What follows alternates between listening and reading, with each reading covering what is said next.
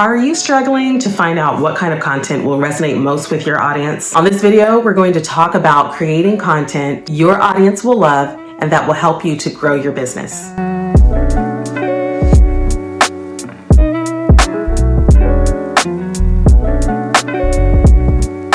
Okay, so as a content creator, I have enjoyed creating content for 2 decades, and it's only because I know who I'm talking to. So my first tip for you is to understand your ideal audience. So whether you are just getting started creating content or you've been doing this for a while, you might have to go back and do a little bit of an audit on who you're talking to in your content so that it makes the most sense. And if you're just getting started, this is a great time to launch into this part of your content creation strategy. So start with your ideal audience. Who are they? What are their needs? What are their pain points? So I started with a customer avatar. It's how I got started in figuring out who I want to address in my videos, in my podcasts, in my blogs. So I've got different brands going on at the same time. I have a homeschool brand, I have this brand, and then I have a couple of other things going on as well.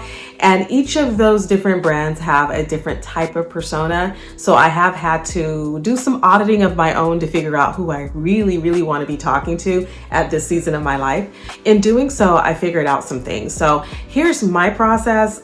I go into Notion and I create a customer avatar or persona.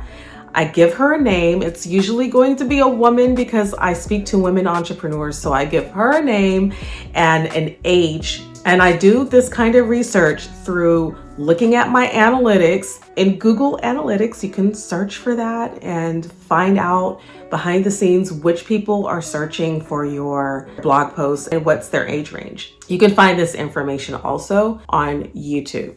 So if you've been using YouTube for a good bit, it's going to be able to collect those analytics for you. So I know the age bracket that she's predominantly between. I know just by mere fact that I am producing a lot of content that is faith-based, that she's probably a woman of faith, especially for my homeschool brand. For this brand, I know that she's a woman who is interested in either launching a business or would like to grow her business, and that she's probably a solopreneur.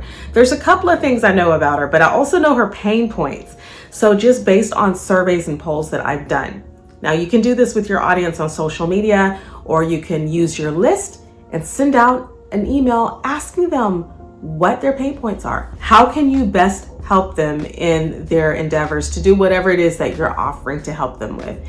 And that's how you know what hurts them along their journey and how you can provide a solution for that. Some other things that I include in my customer persona or customer avatar are not only their pain points, but what their psychographics are, such as their values, their lifestyle, their hobbies, or even their technology use. For demographics, I like to know kind of their location. That's not always going to matter a lot because I mainly focus on women in the US and it doesn't matter where. But sometimes it's good to know if they're overseas, if they live in the UK or they live in Canada or where they're located. And I know I have a lot of listeners besides the US that are in the UK. So it's important to know who I'm talking to and which parts of the US they're in if I'm focusing on national clients. But again, my business is international, so I'd like to know which countries and regions I'm reaching. As far as demographics, like I said, I like to know their age bracket, gender, just because that's important for me in terms of who I'm working with and how I'm addressing them, and their occupation, whether or not they're transitioning from a corporate job or maybe they're wanting to start a business. So I'm there to kind of help guide them along the way into that transition, or if they're a work-at-home mom, stay-at-home mom, part-time consultants. I need to know these things. It helps me in addressing who I'm talking to. So their business stage is important to me. Their occupation is important.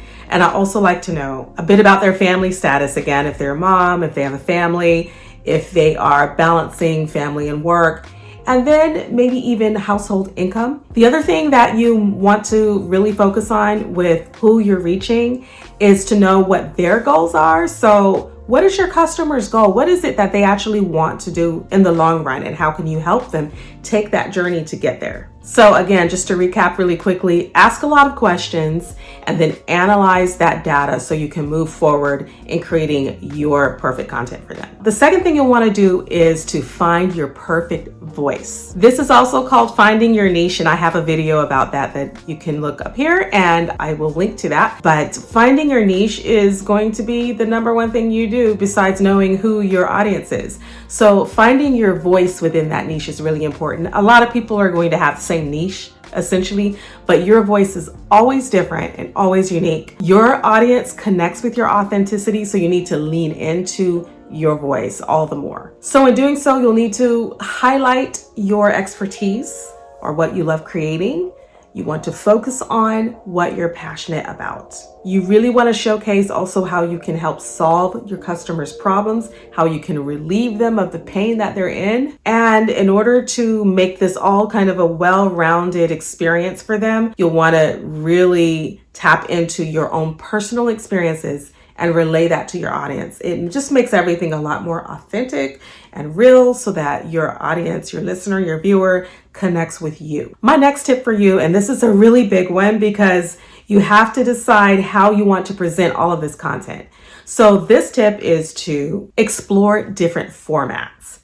You'll want to know exactly how you're going to show up from day to day, week to week, whether it's going to be a YouTube channel or a podcast or a blog plus social media. How do you want to show up? This is where you're going to have to make a decision as a content creator where you feel the most comfortable being that solopreneur that you feel that you should be. For solopreneurs that really enjoy writing and editing, I highly recommend for you making a blog. Focus on your blog and let that be your main thing. We all need one main piece of pillar content, and that could be your blog post for the week, or if you do several per week, that could be what you end up doing. So focus on your blog if you are the writer editor type. If you are someone who loves to get on camera and really connect with your audience through visuals, you're probably thinking that your audience is more of a visual person, a visual learner. And if you're comfortable using camera, just set up your phone and start recording. Get on YouTube. So then that would be your form of main pillar content for your audience. So if you're not a blogger, maybe you're a vlogger, maybe you create videos. There's also another piece of content you could create, and that's a podcast. If you believe that, number one, your audience really loves multitasking and just needs to do what they're doing while they're listening to something else at the same time, then maybe you would best be suited to create a podcast for your audience just because of their needs. And I know that moms are really busy, so my audience of homeschool moms are always multitasking. So creating a podcast for them was perfect. But for my solopreneur friends, they need more visuals and step-by-step tutorials. So this channel is perfect for them. So figure out your audience's needs, but also if you prefer not to be on video and you prefer not to create video, even though there are other options now like faceless videos here on YouTube, or you could just create tutorials. There's lots of things you can do on YouTube where you don't have to show your face, but still creating video does take a little extra work. Granted, I'll give you that. It is a little bit extra. So if you don't want to do videos, then also just to fit your own personality and the things that you love, you could just create a podcast.